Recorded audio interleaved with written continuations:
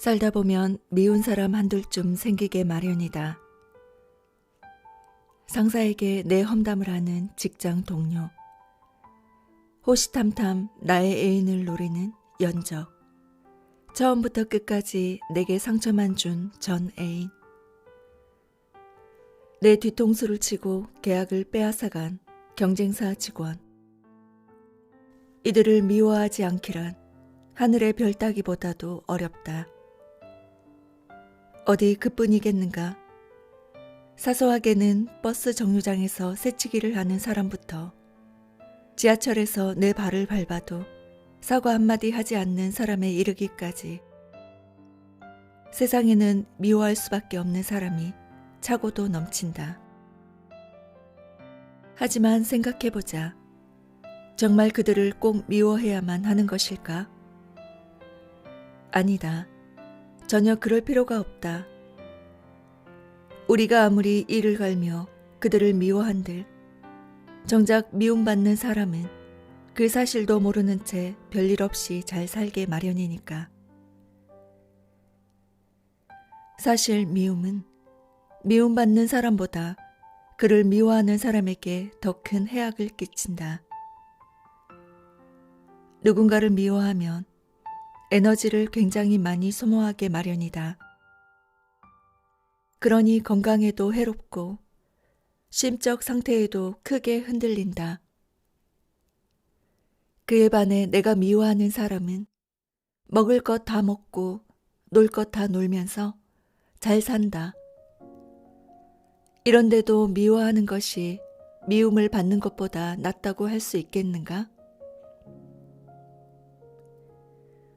남아프리카 공화국 최초의 흑인 대통령 만델라는 무려 27년 동안이나 옥살이를 하며 온갖 고초를 당했다.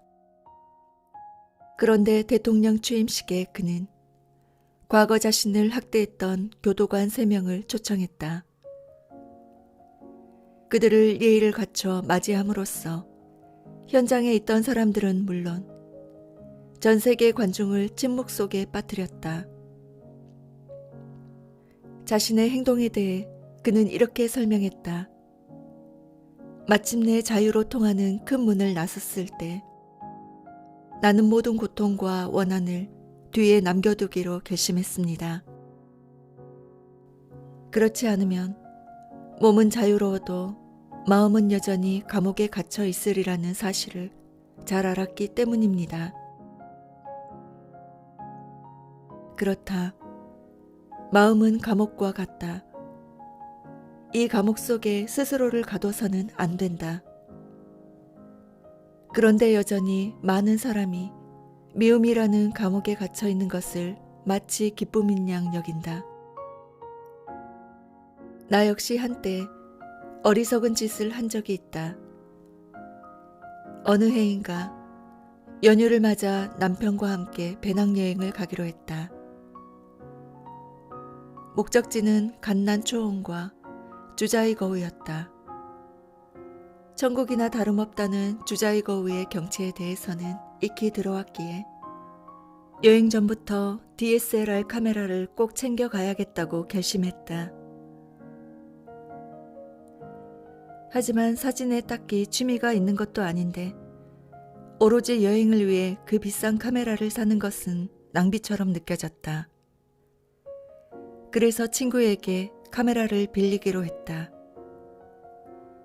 다행히 친구는 흔쾌히 빌려주겠노라고 대답했다.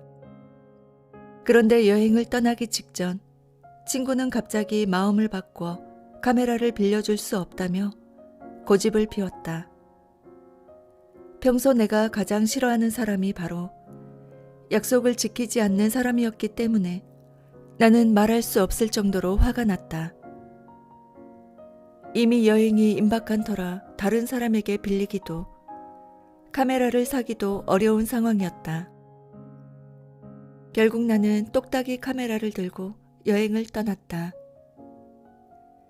하지만 이미 마음속은 온통 먹구름으로 가득했다. 오랜 세월 우정을 쌓아온 친구가 약속을 지키지 않다니 배신을 당한 듯한 기분이었다. 어디 그뿐이랴.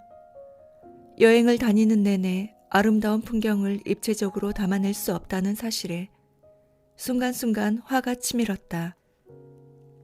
함께 여행을 간 다른 친구들이 DSLR 카메라로 찍어낸 동화 속 한 장면 같은 풍경 사진을 보며 속이 쓰리기까지 했다. 갈수록 친구가 미워진 나는 남편에게 쉴 새 없이 험담을 쏟아냈다. 무슨 친구가 그래? 약속도 안 지키는 게 친구야? 배신도 이런 배신이 없어. 그 탓에 여행도 망치고 이게 대체 뭐람? 진지게 빌려주지 않겠다고 했으면 다른 방법이라도 생각해 봤을 거 아니야. 남편은 참을성 있게 나의 불만을 들어줬다. 하지만 나중에는 결국 이렇게 말했다. 내가 봤을 때 지금 당신의 기분을 망치는 장본인은 그 친구가 아니라 당신 자신인 것 같아. 그 말을 듣는 순간 나는 머리를 한 대 얻어맞은 기분이었다. 남편의 말이 옳았다. 아름다운 자연 풍광을 보며 기분 전환을 하자고 와서는 그깟 카메라 한 대 때문에 여행을 엉망진창으로 만들다니. 돈 쓰고 시간 쓰고 기분 나쁘고 낭비도 이런 낭비가 없었다. 게다가 내가 분노로 씩씩거리는 그 순간에도 그 친구는 멀쩡하게 잘 지내고 있을 것 아닌가? 손해를 보고 있는 사람은 친구가 아닌 바로 나였다. 그 순간 나는 마음을 고쳐먹고 내 마음을 가득 채우고 있던 미움과 원망을 주자의 거우의 오색 빛깔 호수에 던져버렸다. 그리고 눈앞에 펼쳐진 천국 같은 풍경을 감상하는데 집중하기 시작했다. 그러자 점차 마음이 가벼워졌고 어느새 진심으로 여행을 즐길 수 있게 되었다. 나의 경험이 미움은 나 자신을 묶는 족쇄라는 말을 이해하는데 조금이나마 도움이 되었는지 모르겠다. 당신은 지금 어떤 종류의 족쇄에 묶여 있는가? 부디 당신을 묶어두는 그 족쇄가 무엇인지 바르게 보기를 바란다. 그것이 미움인지 두려움인지 혹은 죄책감인지 상처인지 확인하라. 그것들을 내려놓을 수 없는 이유는 지금 당신이 묶여 있다는 사실을 모르거나 인정하지 못하기 때문이다. 당신이 그 사실을 인정하는 바로 그 순간 그것이 얼마나 큰 고통을 주었는지 깨닫고 저절로 내려놓게 될 것이다. 그러면 비로소 진정한 자유를 맛볼 수 있을 것이다. 물고기의 기억력 지속 시간은 7초에 불과하다. 7초 후에는 과거의 모든 일이 머릿속에서 깡그리 사라지고 모든 것이 새롭게 리셋된다. 그래서 물고기는 아주 작은 어항 속에서 살면서도 절대 무료함을 느끼지 않는다. 왜냐하면 7초 뒤에는 어항 속의 모든 것이 전혀 새로운 세계로 변하기 때문이다. 그렇게 물고기들은 평생 새로움을 느끼며 산다. 우리도 물고기처럼 다시는 떠올리고 싶지 않은 부끄러운 일, 꿈에서라도 만나고 싶지 않은 사람이 기억 속에서 말끔히 사라진다면 얼마나 좋을까? 고통은 대부분 기억과 연계되어 있다. 기억해야 할 기쁨은 금세 잊히고 잊혀져야 할 고민은 머릿속에 뿌리를 내리니 고통스러운 것이다. 게다가 우리에게는 다른 사람이 99번 잘해준 일은 모두 잊어버리고 한 번 잘못한 일만 기억하며 꽁한 마음을 품는 못된 습성이 있다. 알리가 길버트와 마샤라는 두 명의 친구와 함께 여행을 떠났다.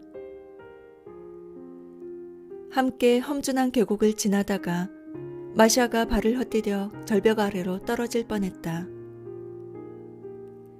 다행히 길버트가 잽싸게 그를 붙잡아서 목숨을 건질 수 있었다. 마샤는 근처의 커다란 바위에 이렇게 새겼다. 모년, 모월, 모일. 길버트가 마샤의 목숨을 구하다. 며칠 후 그들은 모래사장이 펼쳐진 강가에 이르렀다. 그런데 길버트와 마샤가 사소한 일로 크게 말다툼을 벌이게 됐다. 화가 난 길버트는 마샤의 뺨을 때렸다. 그러자 마샤는 모래밭으로 달려가 다음과 같이 썼다.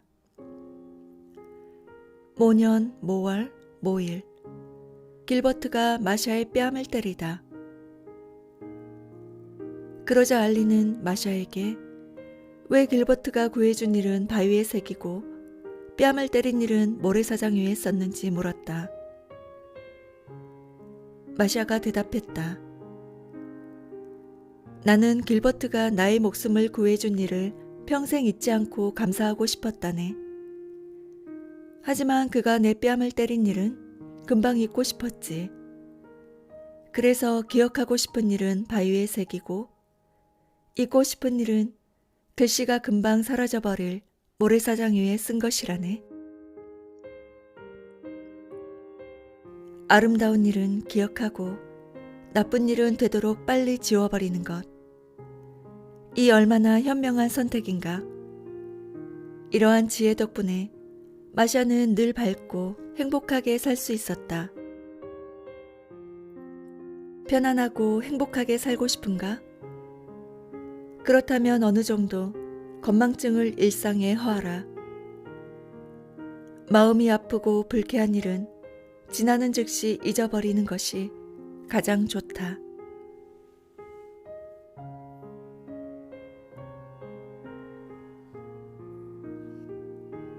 지나치게 모나거나 튀는 성격은 다른 사람들의 표적이 되기 쉽다는 말이 있다. 그런데 개성이 강조되고 다원화된 요즘 시대에는 평범한 사람보다는 튀는 사람이 더 많아지고 있으며 그런 이들이 더 환영받는다. 그래서일까? 무난하고 일상적인 생활을 마다하고 어떻게든 남들과 다른 모습, 남들과 다른 인생을 영위함으로써 자신의 개성을 뽐내려고 애쓴다. 그 때문일까? 인간관계나 사회생활에서 충돌이 생길 때마다 이렇게 대꾸하는 사람이 많아졌다. 이게 내 성격인데 어쩌라고. 너무 둥글둥글하고 원만하게 사는 것도 어찌 보면 위선이야. 이런 말들은 때로 자기 행동을 설명하는 것 같기도 하고 핑계를 대는 것 같기도 하다. 하지만 그들은 이런 말을 내뱉을 때마다 자기 인생의 폭이 얼마나 좁아졌는지 또 앞길에 얼마나 많은 장애물이 생기는지 전혀 알지 못한다. 스스로 자기 인생길에 온갖 굴곡의 씨앗을 심고 있으면서 정작 자신은 그 사실을 모르는 것이다. 누구나 개성이 있고 모난 부분도 있다. 사물이 모가 나면 날카로운 끝이 드러나고 사람이 모가 나면 성격과 기계가 보인다. 또한 그만큼 독창적인 생각과 혁신적인 의식을 가져왔다는 의미에서 매우 좋은 자질이라고 볼 수 있다. 그러나 아무리 개성 넘치는 사람이라도 사회에서 벗어날 수는 없으며 아무리 독특한 사람이라도 집단 안에서 살아야 하는 법이다. 즉, 아무리 개성을 추구하더라도 어느 정도 자신의 기질과 성격을 다듬고 수렴할 필요성이 있는 것이다. 모가 많이 난 사람은 타인과 원만하게 어울리기 힘들다. 이런 사람들은 조금만 마음에 들지 않아도 금세 얼굴에 드러나고 인간관계를 제대로 처리하지 못한다.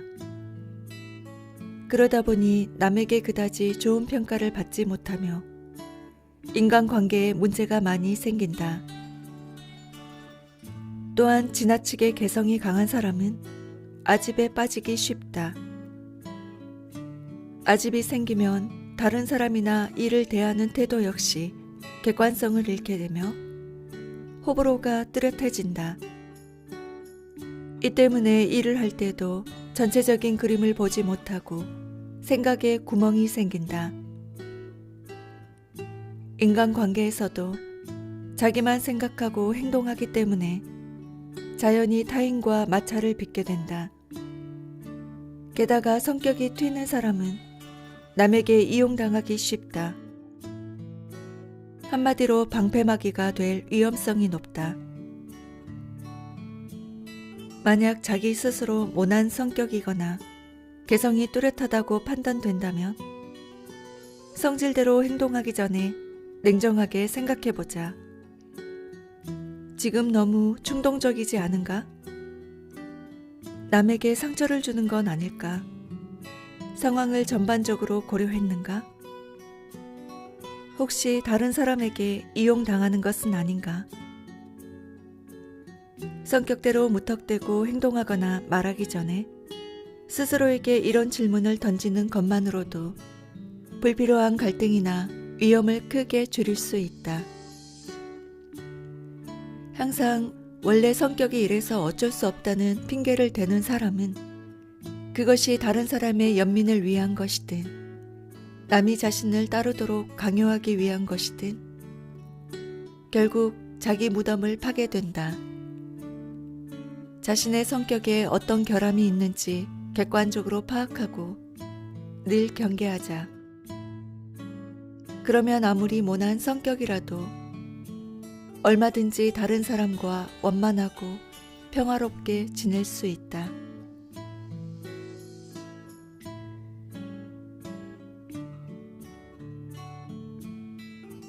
미용에 신경 쓰는 여성이라면 아마 정기적으로 피부의 각질을 제거할 것이다.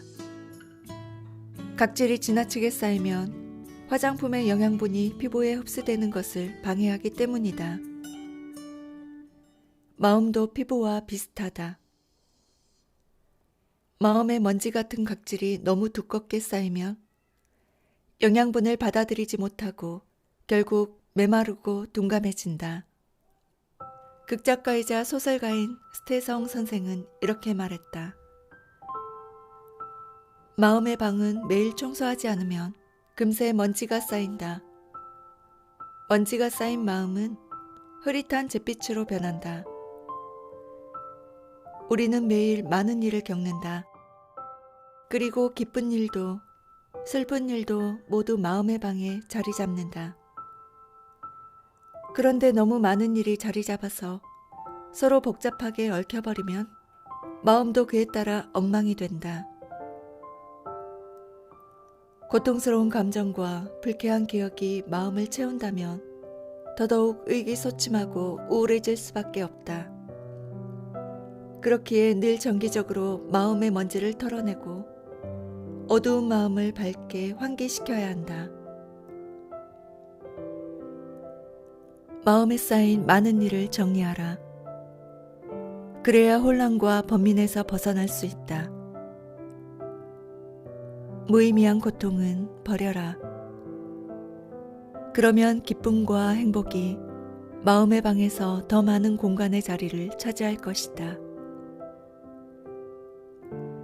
옛날 옛적에 아주 유명한 고승인 1등 대사가 살았다. 그에게는 인생의 등이라는 매우 신비한 등불이 있었는데 등의 심지에는 심해에서 500년 넘게 자란 야명주가 있다고 했다. 또한 그 빛을 받은 사람은 마음이 깨끗하고 고귀해지기 때문에 세상 사람의 존경을 받게 된다는 소문이 돌았다. 어느 날 세 제자가 1등 대사 앞에 무릎을 꿇고 각자 자신에게 그 귀중한 보물을 물려달라고 간청했다. 그러자 1등 대사가 말했다. 사람은 크게 세 가지 등급으로 나눌 수 있다. 첫째, 남에게 늘 해를 입히고 자신만 생각하는 사람은 하등이다.